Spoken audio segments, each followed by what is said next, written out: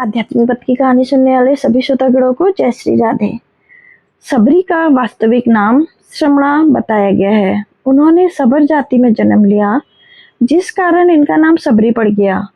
संतजन कहते हैं कि इन्होंने भगवान श्री राम का इतना सब्र किया कि इनका नाम ही सबरी पड़ गया।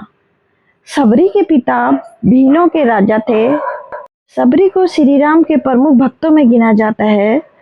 सबरी के पिता भीलों के राजा थे। सबरी जब विवाह के योग्य हुई तो उसके पिता ने एक दूसरे भील कुमार से उसका विवाह पक्का कर दिया और धूमधाम से विवाह की तैयारी की जाने लगी।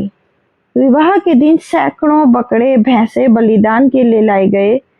बकरे भैंसे देखकर सबरी ने अपने पिता से पूछा, ये सब जानवर यहाँ क्यों लाए गए हैं? पिता ने कहा, तुम्हारे विवाह के उपलक्ष्य में इन सब की बलि दी जाएगी। यह सुनकर बालिका सबरी को अच्छा नहीं लगा और सोचने लगी कि इस प्रकार का विवाह है जिसमें इतने निर्दोष प्राणियों का वध किया जाएगा। यह तो पाप कर्म है, इससे तो विवाह न करना ही अच्छा है। ऐसा सोचकर वह रात्रि में उठकर जंगल में भाग जाती है। दंडकारण्य में वह देखती है कि हजारों ऋषि मुनि तप कर रहे हैं। बालिका सबरी अशिक्षित होने के साथ ही निचली जाति से थी। वह समझ नहीं पा रही थी कि किस तरह वह इन ऋषि मुनियों के बीच यहाँ जंगल पर रहे, जबकि मुझे तो भजन ध्यान आदि कुछ भी नहीं आता। लेकिन सबरी का हृदय पवित्र था और उसमें प्रभु के लिए सच्ची चाह थी, जिसके होने से सभी गुण स्वतः ही आ जाते हैं। वह रात्रि में जल्दी उठकर जिधर से ऋषि निकलते उस रास्ते को नदी तक साफ करती, कंकर पत्थर हटाती ताकि ऋषियों के पैर सुरक्षित रहें। फिर वह जंगल की सूखी लकड़ियां बटोरती और उन्हें ऋषियों के यज्ञ स्थल पर रख देती। इस प्रकार वह गुप्त रूप से ऋषियों की सेवा करती। सबरी और गुरु मतंग ऋषि, इन सब कार्यों को वह इतनी तत्परता से छिपकर करती कि कोई ऋषि देख न ले। यह कार्य वह कई वर्षों तक करती रही। अंत में मतंग ऋषि ने उस पर कृपा की। जब मतंग ऋषि मृत्यु शैया पर थे तब उनके वियोग से ही सबरी व्याकुल हो गई। महर्षि ने उसे निकट बुलाकर समझाया, बेटी धैर्य से कष्ट सहन करती हुई साधना में लगी रहना। प्रभु राम एक दिन तेरी कुटिया में अवश्य। प्रभु की दृष्टि में कोई दीनहीन और अस्पृश्य नहीं है। वे तो भाव के भूखे हैं और अंतर की प्रीति पर रिझते हैं। महर्षि की मृत्यु के बाद सबरी अकेली ही अपनी कुटिया में रहती और प्रभु राम का स्मरण करती रहती। राम के आने की बाट जो होती, सबरी प्रतिदिन कुटिया को इस तरह साफ करती कि आज राम आएंगे। साथ ही रोज ताजे फल लाकर रखती कि प्रभु राम आएंगे तो उन्हें मैं ये खिलाऊंगी। रामचरित मानस के अरण्य कांड में माता सबरी और प्रभु श्री राम का मिलन। ताही देई गति राम उदारा, सबरी के आश्रम प्रभु गुदारा। सबरी देखी राम गृह आए, मुनि के बचन समझ जिय भाई। तार प्रभु श्री राम कबंध नामक राक्षस को गति देकर सबरी जी के आश्रम में पधारे। सबरी जी ने श्री रामचंद्र जी को घर में आए देखा, तब मुनि मतंग के वचनों को याद करके उनका मन प्रसन्न हो गया। आज मेरे गुरुदेव का वचन पूरा हो गया। उन्होंने कहा था कि राम आएंगे और प्रभु आज आप आ गए। निष्ठा हो तो सबरी जैसी। बस गुरु ने एक बार बोल दिया कि राम आएंगे और विश्वास हो गया। हमें भगवान इसलिए नहीं मिलते क्योंकि हमें अपने गुरु के वचनों पर भरोसा ही नहीं होता। जब सबरी ने श्री राम को देखा तो आंखों में आंसू बहने लगे और चरणों से लिपट गई। सबरी परी चरण लपटाई, मुंह से कुछ बोल भी नहीं पा रही थी, चरणों में शीश नवा रही थी। फिर सबरी ने दोनों भाई राम और लक्ष्मण जी के चरण धोए हैं, कुटिया के अंदर गई और बेल लाई। वैसे रामचरितमानस में कंद मूल लिखा हुआ है, लेकिन संतों ने कहा है कि सबरी ने तो राम जी को बेर ही खिलाए। सबरी एक बेर उठाती है, उसे चखती है, बेर मीठा निकलता है तो राम जी को देती है। अगर बेर खट्टा होता है तो फेंक देती है। भगवान राम एक शब्द भी नहीं बोले कि मैया क्या कर रही है, तो झूठे बेर खिला रही है। भगवान प्रेम में डूबे हुए हैं, बिना कुछ बोले बेर खा रहे हैं। माँ एक टक राम जी को निहार रही है। भगवान ने बड़े प्रेम से बेर खाए और बार बार प्रशंसा की। प्रेम सहित प्रभु खाए बारंबार बखानी।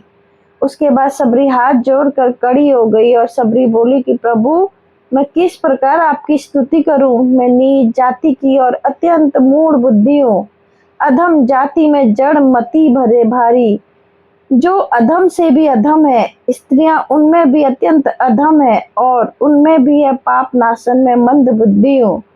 भगवान राम माँ की ये बातें सुन नहीं पाए और बीच में ही रोक दिया। भगवान कहते हैं, माँ, मैं केवल एक भक्ति का नाता मानता हूँ। मानव एक भगति कर भाता, जाति पाति कुल धर्म बढ़ाई, धन बल कुटुंब गुण और चतुरता। इन सबके होने पर भी यदि इंसान भक्ति न करे तो वह ऐसा लगता है जैसे जलहीन बादल शोभाहीन दिखाई पड़ता है। जाति पाति कुल धर्म बड़ाई, धन बल परिजन गुण चतुराई, भक्तिहीन नर सोई कैसा, बिनु जल बारिद देखो जैसा। माँ, मैं तुम्हें अपनी 9 प्रकार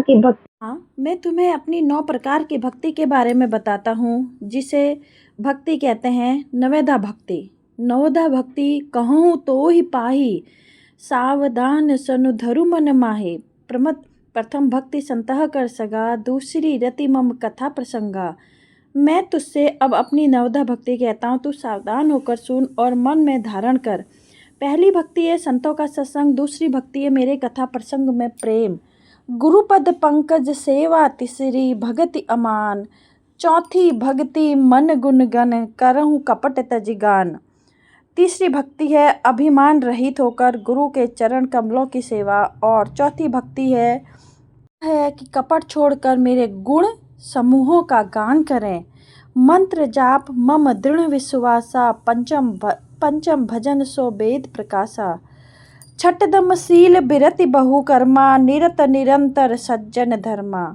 मेरे मंत्र का जाप और मुझ में दृढ़ विश्वास, यह 5वीं भक्ति है जो वेदों में प्रसिद्ध है। छठी भक्ति है इंद्रियों का निग्रह, शील, अच्छा स्वभाव या चरित्र, बहुत कार्यों से वैराग्य और निरंतर संत पुरुषों के धर्म में लगे रहना।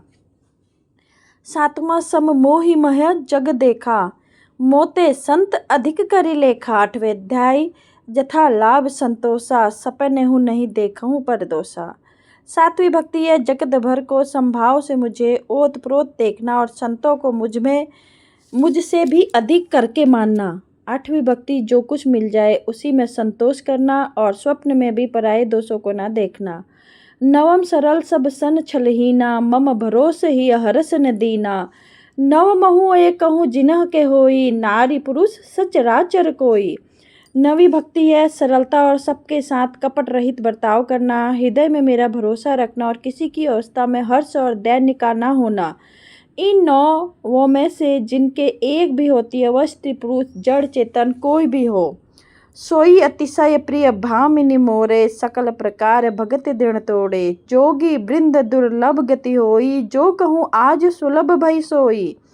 हे भामिनी, मुझे वही अत्यंत प्रिय है, फिर तुझ में तो सभी प्रकार की भक्ति दृढ़ है। अतएव जो गति योगियों को भी दुर्लभ है, वही आज में तेरे लिए सुलभ हो गई है। देखिए, भगवान माँ को भक्ति के बारे में बताने से पहले भी कह सकते थे कि माँ, आपके अंदर सभी प्रकार की भक्ति है, लेकिन राम जानते थे कि अगर मैंने पहले बोल दिया तो माँ मुझे बीच में ही रोक देगी और कहेगी, बेटा मेरी बड़ाई नहीं, सब आपकी कृपा का फल है। इसलिए भगवान ने पहले भक्ति के बारे में बताया और बाद में माँ को कहा, आपके अंदर सब प्रकार की भक्ति है। जय श्री नाथ, जय श्री राम, जय श्री राम।